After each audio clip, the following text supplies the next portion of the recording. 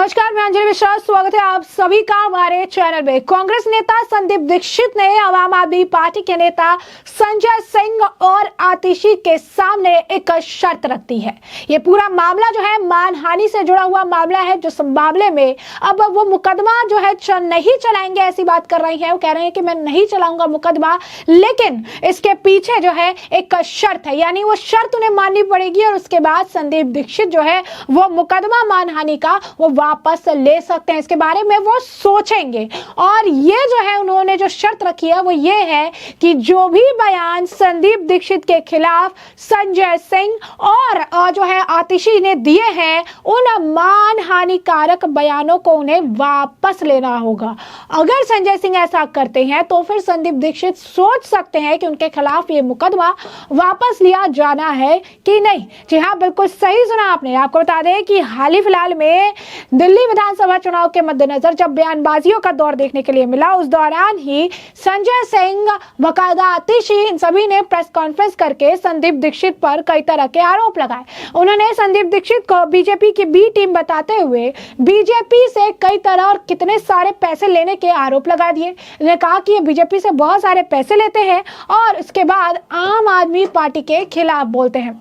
और इसी के बाद क्या था, संदीप दीक्षित ने साफ तौर पर उन्हें तभी चेतावनी दी थी और ये कहा था कि अगर जो बयान संजय सिंह ने दिए हैं और जो चीजें उन्होंने उनके अगेंस्ट में कही है, क्या उनका कोई प्रमाण है उनके पास? क्या उनके पास कोई प्रूफ है कि मैंने बीजेपी से पैसे लिए थे? क्या उनके पास कोई प्रूफ है कि मैं बीजेपी के लिए काम करता हूं? और अगर प्रूफ नहीं है तो मैं उनके खिलाफ 10 करोड़ का मानहानि का मुकदमा दर्ज कराऊंगा और उन पैसों का इस्तेमाल दिल्ली की जनता के लिए कराऊंगा, जिनमें से 5 करोड़ में यमुना साफ कराऊंगा और 5 करोड़ में दिल्ली की हवा साफ कराने का काम करूंगा। और तभी उन्होंने कहा था कि वो इस पूरे मामले को गंभीरता से लेते हुए संजय सिंह और आतिशी के खिलाफ मानहानि का मुकदमा दर्ज कराएंगे। और जैसा कि उन्होंने कहा, उन्होंने ठीक वैसा ही किया था। कोर्ट में उन्होंने जाकर ये दलीलें दी और कोर्ट जाकर उन लोगों के खिलाफ उन्होंने मानहानि का मुकदमा दर्ज कराया था। जरा सुनिए संदीप दीक्षित ने क्या कुछ उस वक्त कहा था। एक तो आतिशी जी ने कोई 5-6 दिन पहले एक प्रेस कॉन्फ्रेंस में इस बात को कहा कि मुझे भारतीय जनता पार्टी से सैकड़ों करोड़ों मिलते हैं। तो मुझे याद आई कि पिछले 10-12 साल से जिस तरीके से इन्होंने विधिवत तरीके से, नियमित तरीके से कांग्रेस पे, मुझ पे, मेरी स्वर्गीय माता जी पर जो एक एक करके हमले किए थे भ्रष्टाचार के, उस पर मैं आप लोगों द्वारा उनसे सवाल उठाना चाहता हूं और कुछ सवाल पूछना चाहता हूं। और 12-13 साल से जिन सवालों का मैं जवाब पूछ रहा हूं, मेरा समय आ गया है, या तो आम आदमी पार्टी उन सवालों का जवाब दे या फिर ये सवाल कम से कम पूछने को बंद करें। दूसरा क्या है, मैंने देखा है कि 10 साल बाद जो सरकार आई है केजरीवाल साहब की, वो अपना हिसाब किताब दे रहे हैं। तो कुछ इंटरव्यूज देते हैं, कई जगहों पर बात करते हैं और उन्होंने कई आंकड़े जनता में फेंकने शुरू किए हैं कि किस तरीके का उन्होंने विकास किया है पिछले 10 सालों में। और मैं आप लोगों से थोड़ा सा समय चाहूंगा, उन्हीं के आंकड़ों को मैं उन्हीं के सामने प्रस्तुत करता हूं और ये आप लोग तय करिएगा कि क्या ये लोग कहते हैं क्या नहीं कहते। क्योंकि दिक्कत क्या है, दिक्कत ये नहीं है कि कोई सरकार अपनी बात को बढ़ चढ़ कर बताती है, तो दिक्कत है अगर सरकार सीधे सीधे झूठ बोले, और मैं तो कहूंगा आदतन झूठ बोले, तो बहुत बड़ी दिक्कत होती है। और अंत में 2-1 पॉइंट उसके बाद रहेंगे। इन्होंने, आपने देखा होगा, कोई 5-6 सीएजी की रिपोर्ट्स आई थी जो इन्होंने सार्वजनिक नहीं की, असेंबली में नहीं दी। कुछ मित्रों ने इधर उधर से उसके कुछ अंश मुझे दिखाए हैं। उन अंशों पे, उन रिपोर्ट्स पर हम लोग बाद में पीसी करेंगे क्योंकि फिर बहुत लंबा हो जाएगा। लेकिन उसके 2-1 चीजें मैं जरूर निकालकर आपको दिखाऊंगा, जिससे पता चलेगा कि पिछले 10 साल में किस तरीके से सरकार ने अपने काम किए हैं।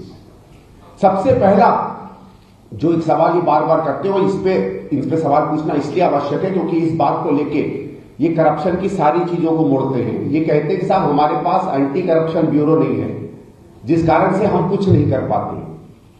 तो मैं इनसे पूछना चाहता हूं कि आपने इस देश में हल्ला खड़ा कर दिया था लोकपाल के नाम पर, तो दिल्ली में लोकायुक्त तो है। अगर आपके पास फाइलें थी, आपके पास सबूत थे, तो आप लोकायुक्त के पास क्यों नहीं गए? आपने हाईकोर्ट में चिट्ठी क्यों नहीं भेजी? आपने एलजी साहब को क्यों नहीं किया? और मैं एक उदाहरण देता हूं, 2012 में जब कोल का स्कैम आया था, तो मैंने एक चिट्ठी लिखी थी सेंट्रल विजिलेंस कमीशन को, जो उसके बाद सीबीआई को गई और जितने भी 18-20 केस कोर्ट में चल रहे हैं वो सब केवल एक मेरे पत्र के ऊपर चल रहे हैं। आज भी उन पर केस चल रहा है। तो यही केजरीवाल के पास अगर एक पैराग्राफ का भी सबूत था तो मैं आज पूछना चाहता हूं क्यों वो सबूत बाहर नहीं आए। ये 360 पेज का एक सबूत लेकर घूमते थे शीला जी के खिलाफ। ये कई बार लोगों ने मुझसे पूछा, इनसे पूछा, लेकिन कभी इनको प्रेस कॉन्फ्रेंस में से क्यों नहीं पूछा जाता है कि वो 360 पेज क्या थे। क्योंकि मुझे विजय कुमार मल्होत्रा जी ने एक बार बताया था कि भारतीय जनता पार्टी का एक डेलीगेशन गया था जब ये मुख्यमंत्री बने थे और इनसे कहा था कि आपके पास 360 पेज के सबूत हैं, उन सबूतों का आप क्या कर रहे हैं। तो केजरीवाल साहब ने वो सबूत सामने किए और वो सबूत क्या थे, वो 360 पेपर की कटिंग थी। ये शायद पहला व्यक्ति होगा जो पेपर की कटिंग को बतौर सबूत प्रस्तुत करता है। क्योंकि जब मुख्यमंत्री जी ने 3 दिन 4 दिन पहले कहा कि हम लोग करोड़ों रुपया भारतीय जनता पार्टी से ले रहे हैं, दुर्भाग्य से अगले दिन उसी शाम को आदरणीय मनमोहन सिंह जी की मृत्यु हो गई, तो हम लोग इस प्रेस कॉन्फ्रेंस को नहीं कर पाए। आज ही इस प्रेस कॉन्फ्रेंस के बाद मेरे लॉयर साहब से मैंने बात की है और मैं आतिशी जी और संजय सिंह के खिलाफ, दोनों के खिलाफ क्रिमिनल और सिविल डेफोमेशन का मामला लेकर जा रहा हूं। और मैंने कहा है कि आप इन पे मुझे 10 करोड़ रुपया दीजिए।